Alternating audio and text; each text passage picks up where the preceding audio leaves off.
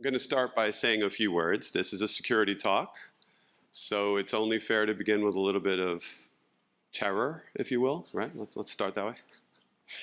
So typically, there's an anecdote that circulates in the industry that quantum computing threat is how long? How far away is it, everyone? 10 years, right? That's always the answer. It's been 10 years for 100 years, right? It's always 10 years.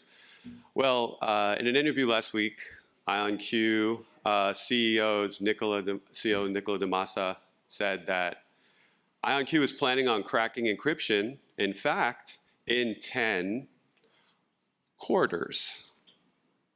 So let that sink in for a second. Their goal is about 2.5 years. So if you look at their timeline and the acquisitions they've made, maybe it's possible, who knows? But even if they miss it by a bit, that's still way short of the 10 years we thought we had with NIST. So we're going to be talking a little bit about standard PQC, and we're going to be delving into the concept of what a quantum network is and how to secure a quantum network. And to help me do this, I have two panelists here who have both been on the Post-Quantum World podcast. Sean was on so long ago, he forgot he was on. It was like 3 years ago, but he was on. And Ramana didn't forget because it was like 3 episodes ago. So that one's a little more frequent, more recent. Ramana Kompella is Cisco fellow and head of Cisco research, where they work on AI, ML, quantum, and cybersecurity. And Sean Sullivan's co-founder and CTO of memQ, where they're building integrated photonic hardware for interfacing with a variety of qubit modalities. Interacting with different modalities is important for networking, obviously. So gentlemen, thanks for being here. So I'll join you guys now.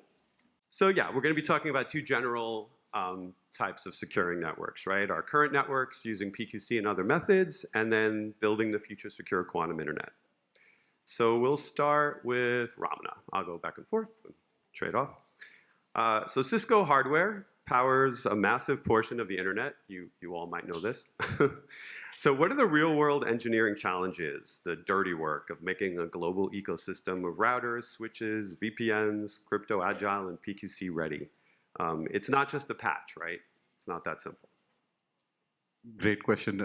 First of all, thank you for having us here. And Cisco has been in networking and security, and the topic is quantum networking security. So it is security of networking that you kickstarted us on. So as I was asking, the previous speaker, right? PQC, QKD, these are like things that I think are probably well-known acronyms for pretty much everybody in the room.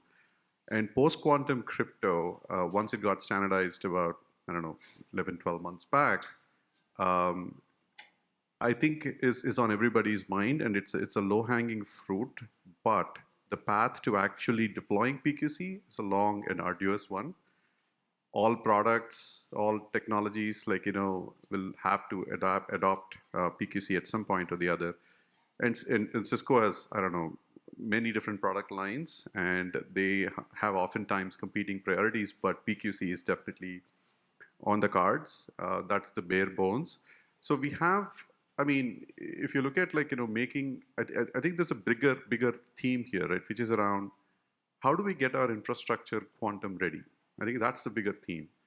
PQC is just one part of it, and it's not like one day we will go from IPv4 to IPv6. Look how that went, right? It's not like one day there will be a flag day where everybody will start switching to PQC. It's a slow and arduous climb towards making sure that your infrastructure is quantum ready. And PQC, post-quantum crypto, by the way, even though it's standardized only, and it's only seen like 3-4 years of soak time. So we can't put all our eggs on the same basket either. So that is the other thing that we have to think about, right? So there's implementations, vulnerabilities with implementations, and what else do you bring into the mix to actually really make sure that your infrastructure is quantum ready? And that starts with inventorying, what type of crypto BOM you have, bill of materials you have in your infrastructure, what type of protocols you're actually running in your infrastructure. And it starts with observability and actually taking a quick inventory of where you are, and then looking at which portions of your infrastructure are actually carrying that sensitive data that requires this kind of a PQC upgrade, right? Not all data that is out there really requires post-quantum. I mean, if it is maybe some machine logs, for example, that you're carrying on your network, maybe they don't need to speak, post-quantum crypto protocols just yet. Eventually, you would want them all to, but prioritizing which portions of your infrastructure need to be updated is actually a critical part. So at Cisco, of course, there's two aspects here, right? So one is actually Cisco products getting onto the quantum resistant bandwagon. That's happening. The second part is how do we actually think about providing our customers with recommendations around how to become quantum ready. And that part, actually, there's a ton of stuff to be done. Like I said, observability, and mixing different technologies to build in resilience in your infrastructure, that kind of stuff. Agility, right? Things like, so that you can adapt to emerging threats quickly and so on and so forth. So holistically, how customers need to, approach this quantum resistance is a big area of, not just engineering, but also on the research front. We're doing a ton, and we'll talk a little bit more about that. Yeah, we're definitely going to dig into all those areas. Sean works for a PQC. That's a purely quantum company. So with that slightly different approach, how does all this affect you guys and your work? Is it a parallel track, or is this PQC kind of push actually going to affect the building of what you're doing? Yeah, no, that's a great question. So at memQ, we're a much smaller operation than Cisco. Our focus is really on some of the fundamental hardware that's needed to interface with different qubit modalities and things that you put on a network. So we're really thinking about this in terms of entanglement distribution, where we see a high value add in terms of distributed computing and things like this. But of course, we talk to folks like the hyperscalers and the system integrators as well. And as potential customers, they're thinking about the security threats in taking an approach that is both PQC focused on the software side, but also thinking about the physical, physics-based kind of approaches like QKD, or moving all the way to entanglement distribution. So in terms of the kinds of customers we're working with, we see both. It is like a parallel effort. The thing that I think is really interesting is as we build these, advanced quantum networks for, like in, let's say, a small scale, like a data center or something like this, they're pretty high value networks, right? Like their security needs to be thought about very carefully. So I think it's an interesting approach interesting to also think about the securing of not just, of course you have entanglement distribution happening if you're connecting modules of quantum computers together, but also you have a classical infrastructure that's supporting this, data center-like environment that might have GPU, QPU kind of hybrid operations. So imagining the security aspects for those kinds of networks as well, not just, classical telecom or things like that. I think that's something we've seen a lot of interest on from like hyperscalers, for example. So before I continue my pure neck stretching exercises, I'm going to ask you one follow-up question real quick. Yes. What does the quantum internet mean to you? The quantum internet is a grand vision to me. I think it's a connectivity of quantum devices is how I'm thinking about it. I think it makes sense to start small. So just kind of like the internet, previously started small, although it was over long distances through ARPANET. The way that I see it developing is sort of over shorter distances, connecting quantum devices through entanglement distribution, and then expanding to cluster and WAN kind of beyond that. So really it is up to anyone's interpretation, but I think it's broadly speaking just a connected network of quantum devices. So Ram, Cisco's building a full stack for the quantum internet, from entanglement chips to compilers. So what's your primary business case then for something like this? So we have many actually. So, but okay. So in terms of applications, right? So we divide this world into two, which is quantum network for quantum applications, which is the classic distributed quantum computing use case that Sean was alluding to as well. There, the idea is to basically interconnect, smallish or medium-sized quantum computers to really build a gigantic quantum data center, right? That can get us to that million qubits-ish regime. So really, like, practical enterprise-grade applications can be deployed. So that's actually one end of the spectrum. The other end of the spectrum, which actually was really fascinating for us, is around the usage of quantum networks for classical applications. So the idea is basically that until now, if you look at any of the classical applications, right, so you would think of sending messages between your distributed systems using a classical network, IP networks, right? So turns out, there are some applications that can benefit directly from the presence of a quantum network. I don't think many people have looked at it that much because obviously we don't have a quantum network in our backyard that we can easily tap into.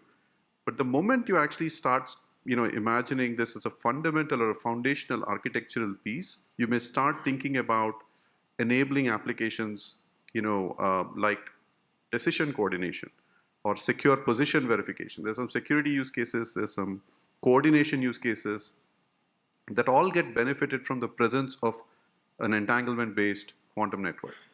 And these are, I don't have to wait for a really gigantic quantum data center to be built. These are applications that I can take advantage of today in the fintech world, in the government services world, and what have you. And that's actually like, these are the two broad spectrum of applications that we have. But what we are really thinking about is actually building this common layer of protocols, software, what have you, that can basically drive on top of all the hardware announcements that we've been making. For example, an entanglement chip. We're working on various different things associated with all the hardware necessary to allow for any-to-any connectivity in the quantum world, right? So a lot of people talk about quantum networks as a point-to-point link. For us, the biggest inflection is basically from a point-to-point link to interconnecting tens, hundreds, thousands of quantum nodes. And that's actually where we are really, really headed towards. Okay, so for us, the common infrastructure of hardware with entanglement distribution, teleportation, all types of protocols as a software stack that can power the needs of both classical applications, which are here and now, as well as like quantum applications like distributed quantum computing of the future. So that's the full gamut of our investments. So, Sean, to keep it from being just point to point, one of the big things we need is obviously a quantum repeater. So do you want to talk a little bit about what you guys are doing to move forward in that space? Yeah, absolutely. So I think not only a quantum repeater, but also like very low loss, single photon compatible switches and things like that, that you can do these sort of more complex topologies. So that's, some of the things that we're working on at memQ. We're doing a lot of integrated photonics work, leveraging some of the new platforms that have become available actually on the back of AI. So, you might have seen that, there's been a huge push for optical interconnects for classical GPUs for AI training, for example, in data centers. We get to actually take advantage of a lot of these integrated photonics, new platforms becoming available, low loss, very large electro-optic coefficients, things like that, that are available in commercial foundries to develop really low loss, fast switches, things like that, that are relevant for quantum networks, quantum data centers. The other piece that we've been developing, like you mentioned, for quantum repeaters is the memory. So quantum memory in a purely transparent optical network, which is needed, for kind of any sort of pure quantum communication. You can't go optical to electrical to optical. You destroy any sort of quantum state that way, is a quantum memory. And the quantum memory is crucial for synchronizing operations, essentially, in a network. And that's one thing that we've been developing, putting these directly on silicon integrated photonics, 300 millimeter wafers.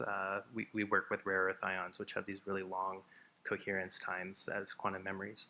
So there's a few different pieces. There's the memory part that we're working on. There's the switching and routing, sort of the integrated photonics.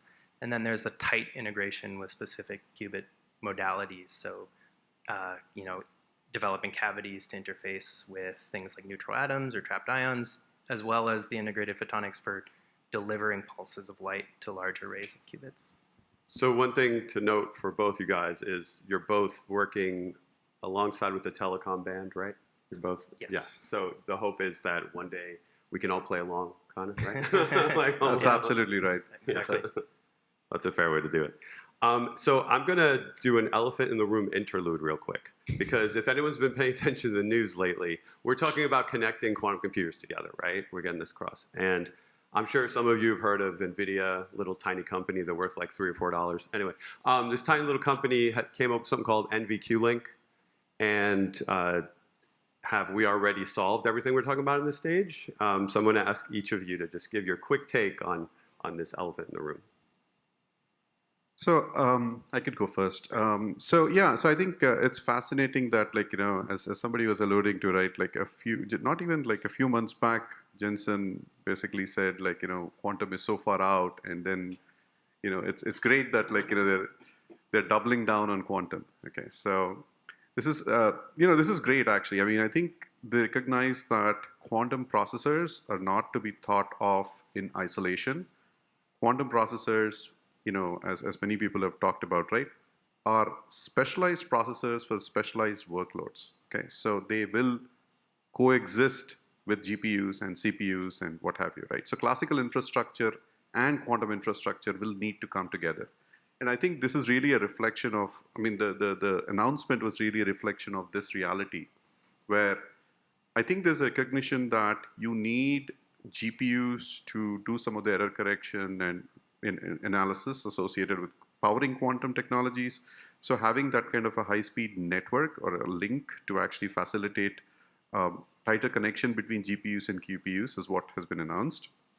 Now, I think it's you will see a lot more tighter integration between the classical infrastructure and just like, for example, even for, let's say you have a quantum network built out of quantum devices, you would still need a classical network to coordinate and run your protocols, make sure that your photons are getting routed the right way, your entanglements are getting distributed the right way, and all that stuff. So in other words, it's not like the quantum network will run in isolation, and I will not see quantum IP developed, right? IP addresses are still going to be classical IP addresses, which you will use to eventually figure out how to route your photons so that your entanglements are reaching your appropriate hosts. So this type of synergistic co-development of classical and quantum infrastructure, you will see a lot more going forward, in my opinion.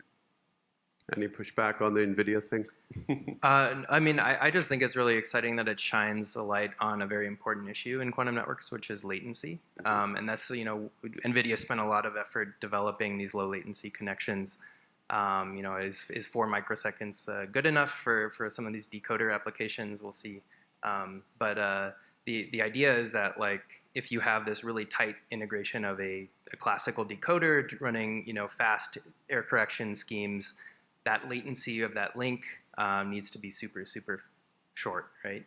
And I think that effort that NVIDIA's put into this, driving the latencies down, has a huge impact on quantum computing, error correction, et cetera. The other thing that I think is very interesting to think about the NVQ link for larger scale quantum computing, for example, is in applications of what's called circuit knitting. So basically where you try to split up a problem into different quantum processors, but you use local operations and classical communication to reconfigure the circuit, and that requires a lot of attempts to reconstruct a probability distribution classically, and then stitch the circuit back together. I think that low latency classical communication two ways has the ability to really advance the circuit knitting approach to splitting up a quantum problem and using this classical recombination. This is something that we just put a paper up on the archive on, actually comparing circuit knitting and gate teleportation. So yeah. So most people think of quantum computing as a near-term technology. What an amazing time to be alive, right? And quantum networking as a more distant technology.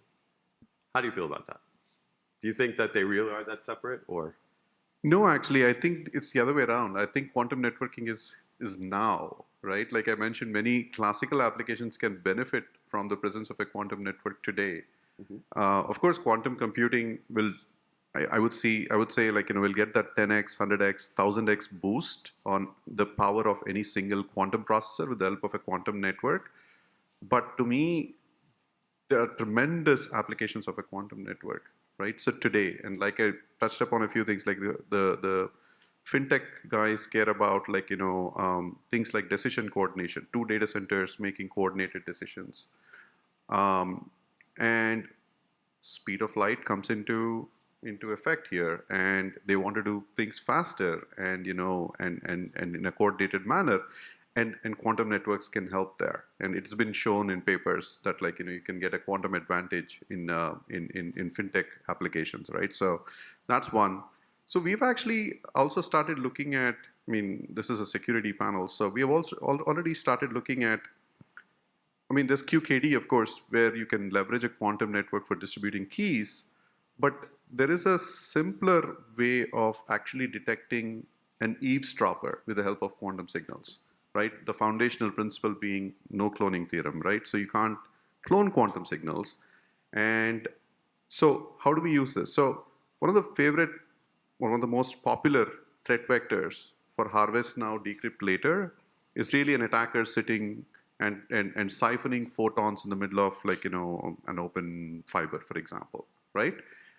And reading your classical packets and waiting for the quantum computer to be of sufficient scale so you can decrypt it. That's a classical harvest now, decrypt later attack. What if I tell you we can use quantum signals mixed in on a classical fiber to detect the presence of an eavesdropper, right?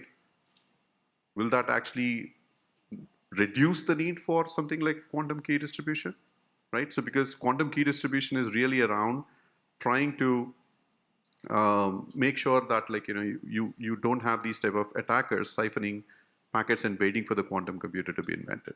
If that's your threat vector, then maybe if you detect the eavesdropper with the help of quantum signals, maybe you'll be able to, like, get an easier version out. So that's something that we've been actually just talking about. But this is an application of a quantum phenomenon for classical eavesdropper use case. So my point being, quantum computing is, of course, going to happen. To your point, whether it's 10 years out or 10 quarters out, we don't know, somewhere in between. But quantum network use cases are here today, and if we can actually develop these things out, I think, like, we'll have a good ROI on quantum network investments. So I heard a funny argument for why you want to use QKD. I thought this was kind of silly, and I'll tell you why. But what they said was QKD is great because it prevents a harvest now, decrypt later attack. You sense it happening and it stops it. But my point is, if you're running PQC, harvest away. You know what I mean? Like, if you do migrate to MLChem, I don't care if you harvest my packets. That's the whole point. They're protected. But it's funny because I'm still not convinced yet that QKD is going to do much for classical networks. And I used to work on it. But I think that QKD might have something we can take from it as a learning going forward into quantum networking. So that's actually what I was going to ask you about next. What types of things do you think we could take from QKD and bridge it into this, like, quantum networking?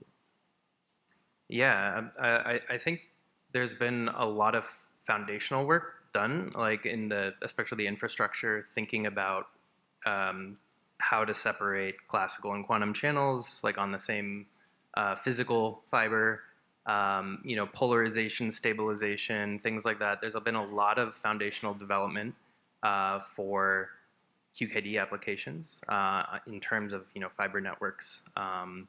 building up the detectors, the sources, all of this that is directly applicable to, let's say, other next generation quantum networks as well.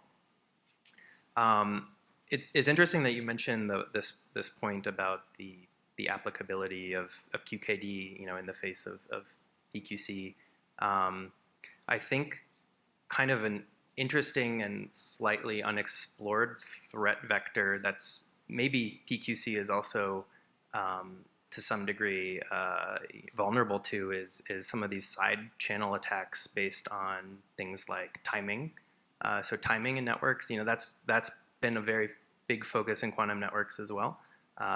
Time distribution very precisely, but doing this in a secure way, so that no one could spoof a clock, set it back, or if you're writing PQC code, make sure that you do it in a way that it's not dependent on some number of clock cycles, so that someone could try to back out what any potential keys might be. So I think that's a software side, but I think things similar to what has been done in QKD, like entanglement distribution, doing this cross correlation, that has also benefits in time synchronization, secure time synchronization, which I think will also benefit even PQC as well. And I'm just going to, real quick logistically, there seems to be confusion. We're good till 3:15, I believe. Yeah. Okay, he held up a 5-minute thing, and I'm like, wow. Yeah. There was a whole different branch of physics. There was some relativity going on here. He was near a black hole. I wasn't. All that kind of stuff. All right, cool. All right, so we have time. Absolutely. Yeah, I think the way I look at it is there's a very classic security principle called defense in depth, right? So QKD, PQC, what else you want to bring quantum alarm that we actually just announced. These are all various ways of making sure that you're not putting all eggs in one basket, as simple as that. So QKD, PQC, of course, to your point, harvest away, but they have been around for less than 4 years. They have not seen the soak time that is required for typically many of these protocols, right? So and just as an anecdote, right, one of the finalists in this standardization process, it went through 3 years of scrutiny or something, and it was supposed to be quantum resistant algorithm, but it turns out a classical computer can actually break it, and so it got broken within 48 hours. I mean, I don't know how much time it took. Classic side channel. So Crypto's hard to implement. So it's hard to actually get it right. That's one aspect of it. The second aspect of it is the implementation vulnerabilities, right? So PQC has been standardized, but there will be implementation vulnerabilities, at least for a little bit of time. So again, if you're really paranoid about, data that is long-lived beyond the, 10 quarters, you would want to invest in multiple technologies and not put all eggs in one basket. Yeah, QKD is of course limited because it's truly point to point. One of my favorite jokes is we're not going to have QKD in this form. Like, I have to go outside because I have to make a call. Let me just try and get those photons from that satellite. Got it. We're never going to be doing that. So, we do it in emergency apparently, but other than that, that's not really how it's going to flow. So now it's time to shift into a little bit more of a convergence. What happens when these networks come together? We messed up when we built the internet, right? We made it everything on one channel. It's kind of like the old vulnerabilities of phones. You can fool them into thinking at a payphone that you put quarters in using tones or whatever. The internet was kind of like that. It was kind of like a phone freaker's paradise. So we have to start thinking about how we can do better with the quantum internet. So I guess question for both of you really is will the quantum internet replace PQC or will it rely on it? So will we need to use PQC algorithms to authenticate the nodes, et cetera? How do you visualize the quantum internet working? Will it completely be independent or will it rely on it somewhat? So I think it's similar to what we talked about even in the context of a data center, right? We do see we will need, especially at the beginning, 98%, 99% of the infrastructure is going to be classical to power that 1% quantum, right? Over time, maybe things will shift, but they will never shift to a point where, I mean, in other words, you don't need quantum internet to run classical, but you will need classical to run quantum. That interdependency will probably be an invariant. I mean, obviously, like this is hard to predict 100 years down the line, but I think it's safe to say that you would need classical internet still because quantum is actually a very specialized technology for specialized problems. So I would be wanting to do my, I don't know, Amazon transactions on a, I mean, maybe I do. I mean, that's something that, we don't know yet. But my point is basically that you will still need classical internet, and these two will coexist, and most of the signaling and the control plane, the protocols, all that will be in the classical domain, and just to get your photons right. Now, in terms of security, one of the things that you mentioned, right, which is, are we thinking about quantum networks with security in mind?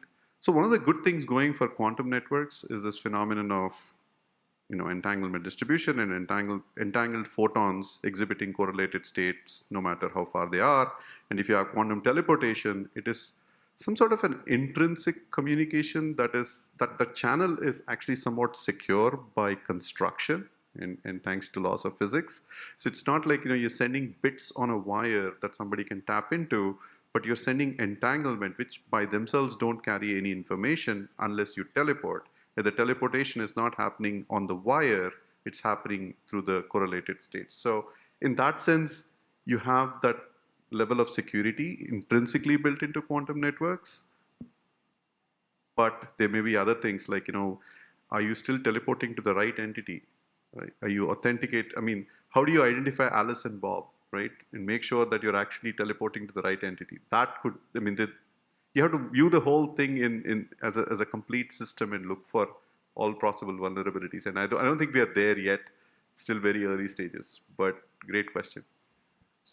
Yeah, I think along similar lines, like even if you think about it at a small like network scale, you have a lot of classical infrastructure that is going in to support a purely quantum channel. Like you have a switch that you design to work at the level of single photons. That switch is presumably running some like firmware and things like that. That needs to be validated with PQC. I think as you can find routes for potential attacks.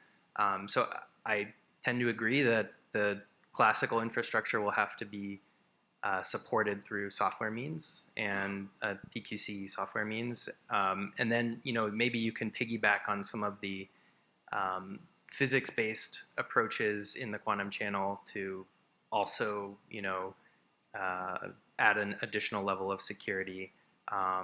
Like for example, like the timing synchronization using the entangled correlations as well. But I agree. I think it's going to be a combination of both. So if you were thinking about the killer use case for quantum networks, which is really going to be distributed computing, right? I mean, you're going to want these quantum computers talking to each other all the time to become like one, basically, right? Qubits don't care where they are, and that's how you can scale up. That's a really tight integration.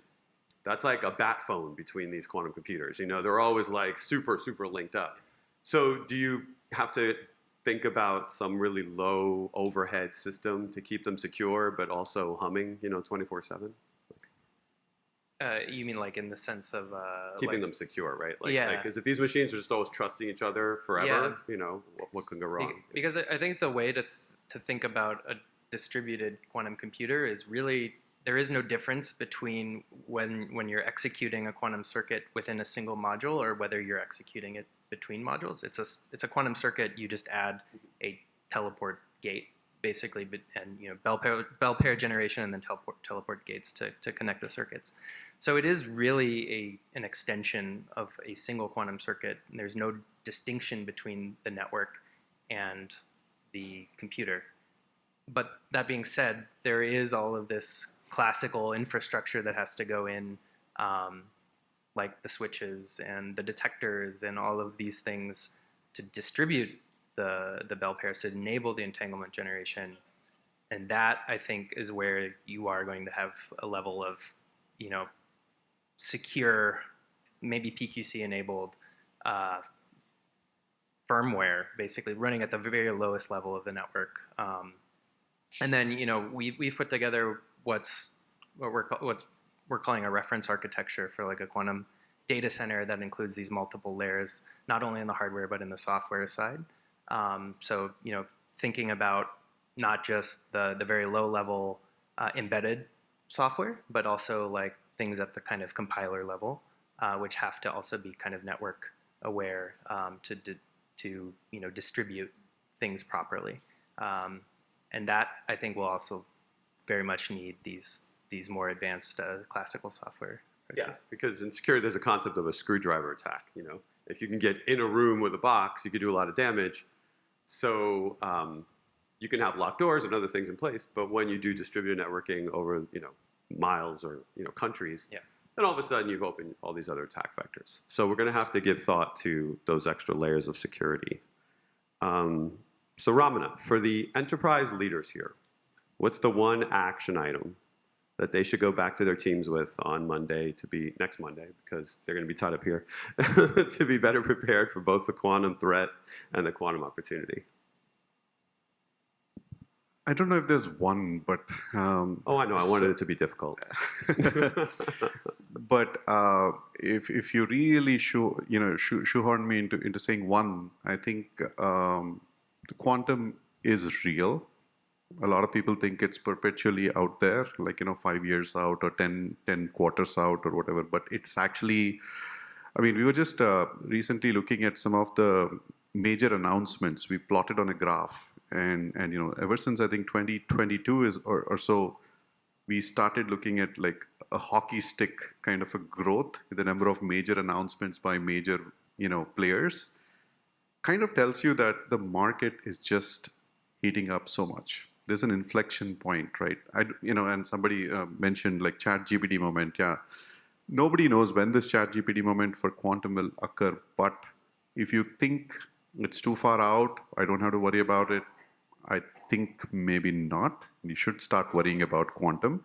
Now, it has two profound things, right? So one is actually what can quantum do for you as a foundation is a positive way of looking at, maybe there is some approximation algorithm for your optimization problem that you want to leverage a quantum computer for, right? Imagine 3 years down the line, you have the scale necessary for you to be able to conduct your supply chain optimization or I don't know, logistics optimization problem or what have you, right?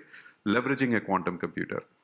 Start looking at that. The other thing is, if you think you have 10 years to really be prepared for quantum threats in terms of your classical infrastructure, maybe not, right? You would want to really pay attention to first, at least dig up and figure out where your crown jewels of your enterprise reside, where this information is actually getting transferred over the wires. Make sure at least you have these data center or branch to branch, SD-WAN, routers, the long haul links where your critical information is actually going through. Make sure you invest in upgrading at least critical portions of your infrastructure to be quantum resistant, right? Maybe you don't need to worry about within a data center, maybe the traffic is using I don't know, old protocols. No worries. But maybe at least data center to data center. Identify regions where your threat is actually highest. Cisco, basically we announced IPsec tunnels, MACsec tunnels with QKD distributed keys, or and QKD rotatable keys using the skip protocol. So IPsec, and even PQC, it doesn't have to be QKD because we have PQC in our arsenal. So can you at least leverage the latest and greatest technologies that are already commercially available to protect the most vulnerable portions of your infrastructure, where your critical infrastructure is traveling, and also places where your harvest now decrypt later attacks are actually more easy to conduct, which is actually on the fiber that is out there, right? Or wide area long haul links.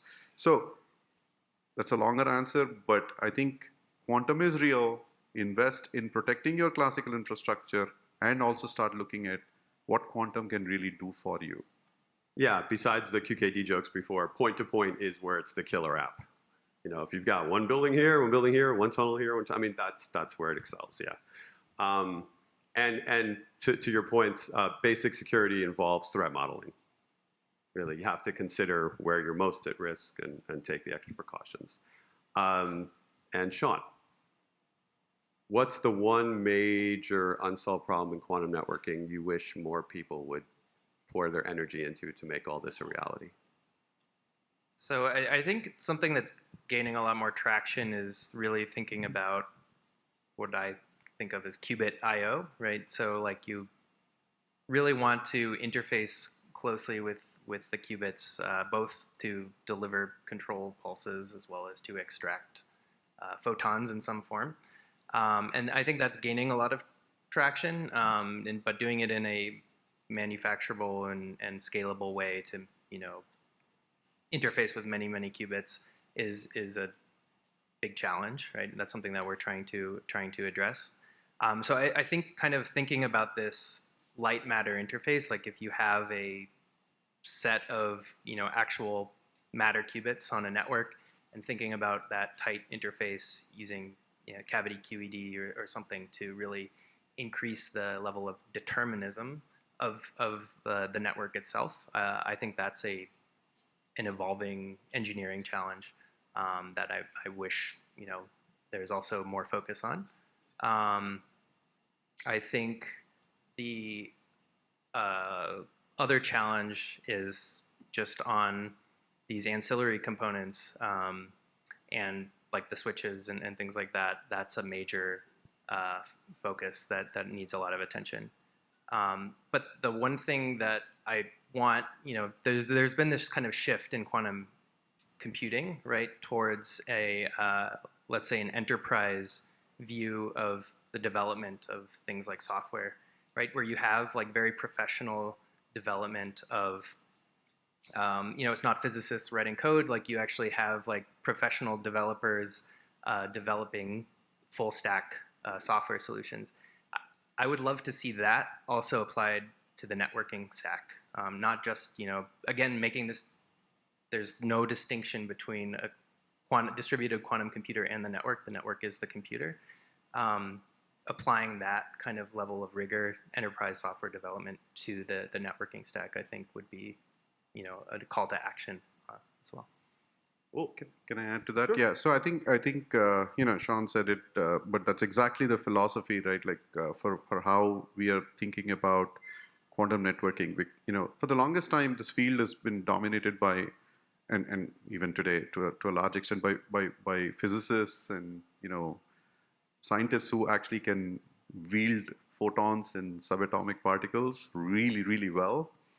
I think in order for really quantum to take off, we would need a large number of systems practitioners to come to the table, really get that, pieces of engineering right, write the right software. It has to be redundant, reliable, serviceable, operable, upgradable, maintainable. I mean, there's just so many aspects of large-scale systems building that needs to come to this industry. I think that will just basically be the inflection point at when you will see really, these systems take off. Already it is happening in pieces. And so when we started looking at quantum networking, right? So it's really about bringing in, 50 years of Cisco's expertise, developing protocols, thinking about, things like security from the ground up, thinking about like, not just interconnecting two quantum processors, but really thinking about the scalable aspects of building a quantum network, right? The protocol design, the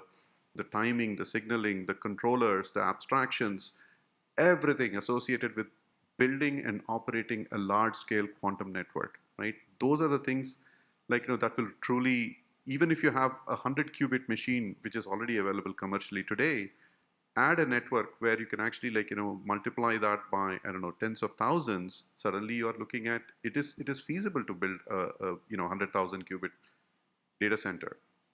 Now there are issues associated with things like circuit partitioning or circuit knitting that Sean was talking about, but we call it circuit partitioning, right? So which is to take a large-scale quantum circuit, right? And much like MapReduce and other distributed classical processing, really take that circuit, breaking it up into sub-circuits, smaller circuits, deploying them on individual quantum processors, and then tell the network, hey, you know what? My sub-circuit is actually done execution, and there is a remote teleportation operation or remote gate operation that needs to be happening at this point in time. Reconfigure my network, drive my entanglement so that the entangled state from one quantum processor can actually go to the other quantum processor, where it can actually resume the operation. All this while dealing with error correction, for example, that today most quantum processors are doing error correction on a local basis. But once you actually start looking at distributed environments, you want to make sure that the partial results that you have taken great care to actually get to are not lost when they're actually flying from one quantum processor to another processor. And that's actually a game changer, distributed quantum error correction. Because then you're actually preserving the fidelity of your partial computations across multiple quantum processors. And that's actually a big game changer. And we've released some code recently around exactly that. And I think these kinds of enhancements will actually truly bring a systems aspect to building quantum, large-scale quantum computing environments. So that, I think, will be a game changer. Yeah, we're, in a nutshell here, before I open to questions, we are building new quantum networks that will enable us to have more computational power to attack classical networks. So that's what we're doing. Yeah, it's a circle of life here. All right, so let's open up. I don't know who's going to be doing the mic running. Is there someone out there? Oh. Okay. All righty. So thanks very much. That's very enlightening. So I would say that there's maybe 4 different levels of quantum networking. We could start with, say, quantum key distribution, like decoy state key distribution, something like that, and then distributing entanglement, and then distributing swappable entanglement, which is quite a bit more challenging. And then the last one, which people don't always talk about, which would be having a phase stable network, which in fact, I guess if you want to do distributed quantum computing, you need to have phase stability to be able to do the operations. And kind of ironically, that the twin field operations, of course, sort of achieve that already, as Toshiba was talking about. Those are all quite different, quite big lifts as you go from one to the next one. I'm wondering if you can just sort of comment on, do we need to start worrying right now about some of the later ones, with the phase stability, or should we be focusing more on the slightly lower level fruit? Sure. Yeah. So I mean, I think phase stability is something that's obviously a little bit more achievable at a small scale, right? Like if you have some sort of classical probe that's monitoring the network, it's a lot easier to achieve at something like a data center scale than it is to longer distance, although like you said, the twin field QKD, that's something that's been a very big focus. I think it's something that we should absolutely be thinking about at this point, right? Like as we build these proto-quantum data centers, and we plan out the networking infrastructure that's going to be there, I think why not plan it out in terms of having these active stabilization kind of infrastructure built in. That's my thought. So it really depends on the application, right? Like, if you're QKD, then it's a lot more forgiving compared to distributed quantum computing, right? So there's these 2 ends of the spectrum. And it's also, there are multiple axes here, right? So there is also the distance part, right? As you shrink the distance, maybe, it's easier to preserve the fidelity and so on and so forth. But for long distances, I mean, things are a little bit harder. So where we are right now is that I think multiple axes, they, have to come together. Ultimately, like, there is a given application, what are its needs, and what distance can you support, and what type of fidelity requirements you care about. So to your point, so it's not a single answer. It really depends on the application, right? So for us, there are a lot of classical applications that we are looking at, like the decision coordination application, where the order of tens of kilometers is the parameter there.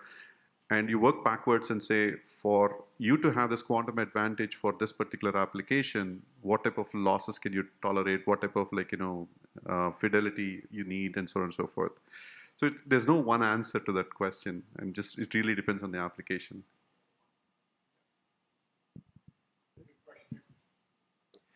Thank you. Question on the sort of distributed computing angle, specifically with integrating different qubit modalities. Now, I guess probably more in Sean's camp, but since the different modalities, and certainly all the companies in the different modalities, I'd say are in pretty fierce competition right now, and I wouldn't describe them as particularly collaborative, does that create any challenges in the networking side?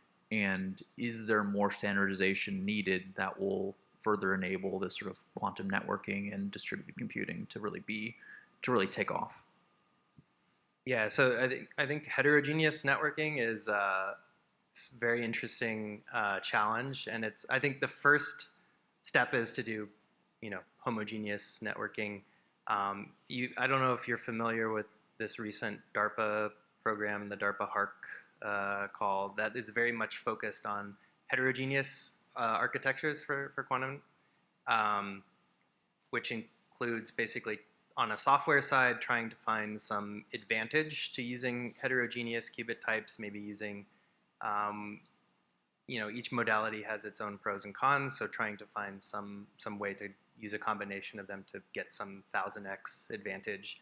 And then there's a software or the hardware side as well. So in that collaborative agreement, right, you're right, quantum computing companies are not so keen to want to get into that immediately. But I think what you're gonna see is kind of what happened in the classical computing, where you had these folks like IBM building these full stack, solutions for their computers, their data centers, their mainframes, and then they were just incompatible, right? At some point, they were forced to have some level of abstraction, some level of compatibility between different computer types. I imagine eventually that's going to become, in the long run, become the case for different quantum computer types. And I think the force that is imposing that level of standardization is not some governing body, but it's really a market force at some point. But I mean, I think that's a great question. So just to add to that, right? So I think Cisco, the famous the founding story of Cisco was actually to interconnect two different networks. So, and that has been the philosophy. I mean, bridging networks has been the foundational aspect of Cisco for a really long time. So when we started out thinking about quantum networking, right? So we are truly designing it so that it is, platform independent. It doesn't matter whether it's superconducting or, as long as you can convert them into photons that you can actually then distribute and drive entanglements. To us, it really doesn't matter what your computing platform is. So in that sense, we are truly building a network for any and every modality, and that's a goal. I don't think it's that straightforward. There are still lots of hurdles along the way, but that is definitely the goal. Now, whether a given data center will actually have a mix of transmon and ion traps and cold atoms and neutral atoms, that remains questionable. We don't know. Maybe they'll go uniform, maybe they'll go heterogeneous. But largely, I think when we build the network, we want to think of it as platform independent. Okay, but because at a layer of abstraction, the entanglement distribution protocols, all the things that you do on top are pretty much the same, irrespective of whether it's this type of modality or that type of modality. As long as you can, it's just like how a Linux box can talk to a Windows box today in a way, or an AMD processor can talk to an Intel processor. Yeah, because one of the other use cases for quantum networking is, of course, having quantum computers talk to quantum sensors or something like that, right? So That's going to have to be possible. And you're not going to want to build sensors just for IBM and sensors just for IonQ and et cetera. There's going to have to be some ability. Yeah, absolutely. I'll just quickly add that, I mean, this kind of agnostic approach is one that we're also taking. And the way that we're thinking about it is like with the integrated photonics platform is you can develop specific components for different qubits, like on the interface side, but then once you get into the network, it is very much qubit agnostic. And actually, Pete Chadbold at PsiQuantum has referred to us specifically as like the neutral Switzerland of quantum networking in particular because of this approach.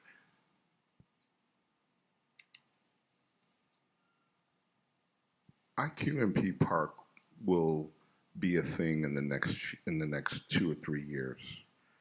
When you stop to think about the network infrastructure that's going to have to go on a park like that, and then you also stop to think about DoD is going to be living there, DARPA is going to be living there, other government national security agencies are going to be living there. So are you thinking about a network infrastructure that would accommodate both what quantum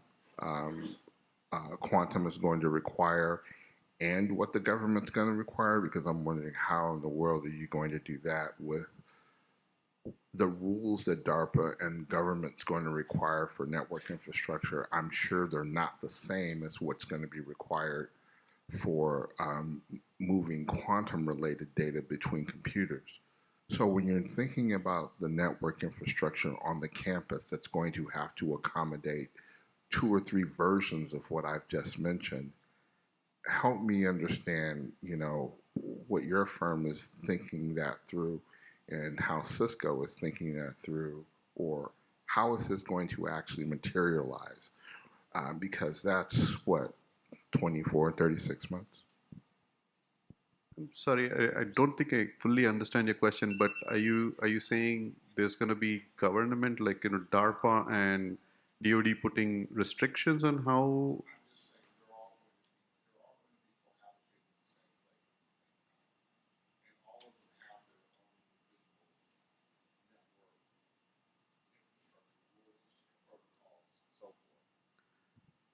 So when you stop to think about the framework, DARPA is going to need to move data. The framework, quantum is going to need to move data between quantum computers. And a lot of this is all going to have to interact and reside on the same campus. Yeah, so I mean, there's many different ways of looking. I don't exactly know the coexistence requirements here, but I mean, presumably, if the requirement is that, like, you operate completely independent of each other, so that there's no, then obviously that's what you have to do. But I'm assuming some of the classical infrastructure could still be shared across clusters of quantum processors, right? So, because, I mean, classical infrastructure is still around control plane, and you're not actually transporting any quantum information. Now, again, it all depends on what the needs are. If DARPA says, no, thou shalt do X and Y and Z, then that's what you should do, right? So it's harder to speculate on that aspect without getting into the details of it. Cisco gear today supports separation like that. You can have a building with, people like an exorcist, it's simple security. But one point that's interesting, anytime the government's involved, we know on average once a year for about 30 days, they're not going to have any requirements. So that's fine. All right. So I think with that, we've kind of run out of time. Yeah, I had to get the last in. All right. Yeah. So thanks, Ramana. Thanks, Sean. It was great having you guys. Thank you. Thank you. Thank you.